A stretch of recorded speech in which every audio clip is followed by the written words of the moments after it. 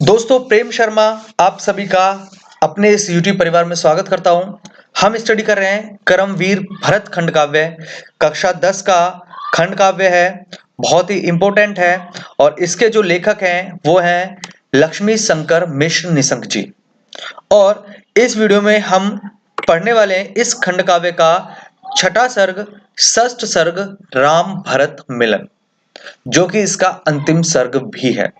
बहुत ही इंपॉर्टेंट है दोस्तों। चलिए बिना देरी के शुरू करते हैं। ये जो खंड काव्य है जिसे लक्ष्मी शंकर निशंक ने लिखा है, इस खंड काव्य के अंदर दोस्तों अगर मैं बात करूं तो इसमें जो वर्णित किया गया है वो राम के वन जाने और दशरथ जी की मृत्यु के पश्चात जब भरत अपने ननिहाल से लौटते हैं वहां से ये प्रारंभ होता है। और अब छठे सर्ग में जब राम जी और भरत जी का मिलन होता है, भरत राम जी को वापस लाने की कोशिश करते हैं, राम जी मना कर देते हैं, तो भरत उनकी चरण पादुकाएं लेकर अयोध्या वापस लौट आते हैं। इस पूरे खंड काव्य में उनके ननिहाल से आने तक, चित्रकूट से वापस आने तक का जो बीच का पूरा वाक्यांश है वो वर्णित किया गया दोस्तों।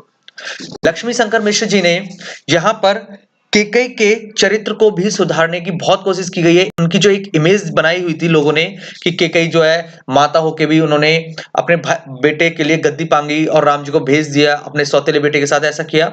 ये सारी चीजें हटाकर उनके चरित्र को बहुत ही अच्छे से निखारा है।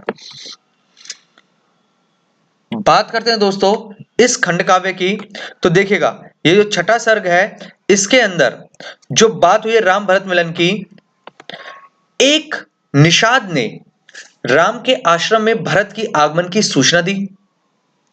लक्ष्मण कुछ सशंकित हुए, परंतु राम ने नंगे पैर दौड़कर भरत को गले से लगा लिया। भरत बेसुध से होकर राम के चरणों में लिपट गए। शत्रुघ्न ने भी भाई राम से आशीर्वाद प्राप्त किया। राम ने अपनी माताओं के चरण स्पर्श किए और आशीर्वाद प्राप्त किया।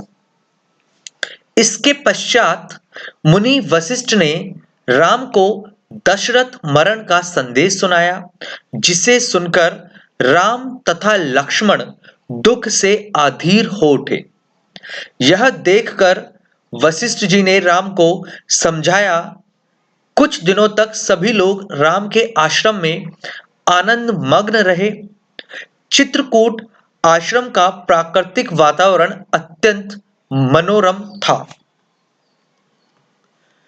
यद्यपि राम भरत के मन की बात भली प्रकार समझ रहे थे, फिर भी भरत ने एक दिन अवसर मिलने पर राम से कहा, भाई राम, अयोध्या का सिंहासन सूना पड़ा है, आप राजगद्दी संभालें, मैं यहीं वन में रहूंगा।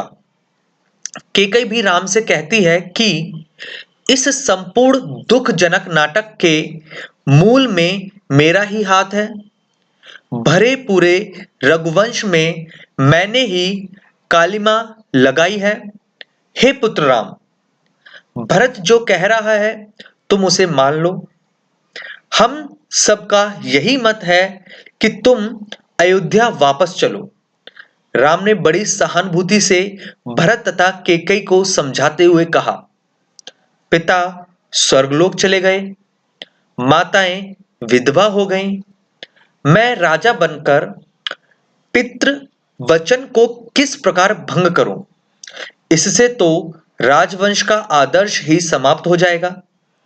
भरत बड़े भाई राम के आदर्श तथा अगाध स्नेह के सम्मुख नतमस्तक हो गए। अंत में भरत ने आग्रह किया कि वे राम की चरण पादुकाओं को लेकर जाएंगे और अयोध्या में 14 वर्षों तक राम की चरण पादुकाओं का ही राज्य होगा।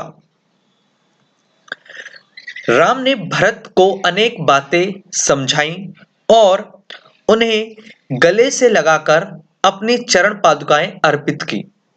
भरत के साथ अन्य पूर्ववासी भी अयोध्या लौटे।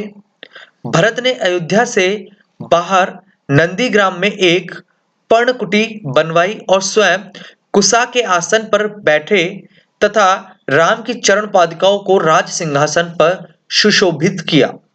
इस प्रकार भरत ने अपने चरित्र का आदर्श रूप प्रस्तुत किया। यह दोस्तों आपका षष्ठम सर्ग था राम भरत मिलन, जहां पर आपने पढ़ा कि राम जी से मिलने भरत चित्रकूट गए, दोनों भाइयों ने मिलाप किया, बात हुई इनके बीच में। भरत राम को वापस ले जाना चाहते थे, लेकिन राम ने अपने पिता के वचन को पूरा करने के लिए कहा और उन्होंने कहा कि वो वापस नहीं जाएंगे। तो अब भरत क्या करते, उन्होंने राम जी से कहा एक काम करो, तुम अपने चरण पादुकाएं हमें दे दो, हम खुद सिंहासन नहीं करेंगे लेकिन आपकी चरण पादुकाएं सिंहासन पर रहेंगी और मैं उसका दास बनकर आपके कृतों का वहन करूंगा। ये चीजें यहां पर चलती आई, बहुत अच्छे से चलती रही और यहां पर आपका छठा सर्ग पूरा हो जाता है। और अगर आप देखें इस पूरे सर्ग में जो लक्ष्मी जी हैं, इन्होंने बहुत ही अच्छे से बहुत ही सही शब्दों का चयन करते हुए सभी के कैरेक्टर को निखारने की कोशिश की है। यह इस खंड काव्य का अंतिम सर्ग था दोस्तों। अगर आपको वीडियो अच्छी लगी है तो प्लीज इसे लाइक कीजिएगा, कमेंट कीजिएगा, चैनल को सब्सक्राइब जरूर कीजिएगा और अपने साथी को वीडियो शेयर कर दीजिएगा। मिलते हैं अगले वीडियो में दोस्तों। जय हिंद, जय भारत।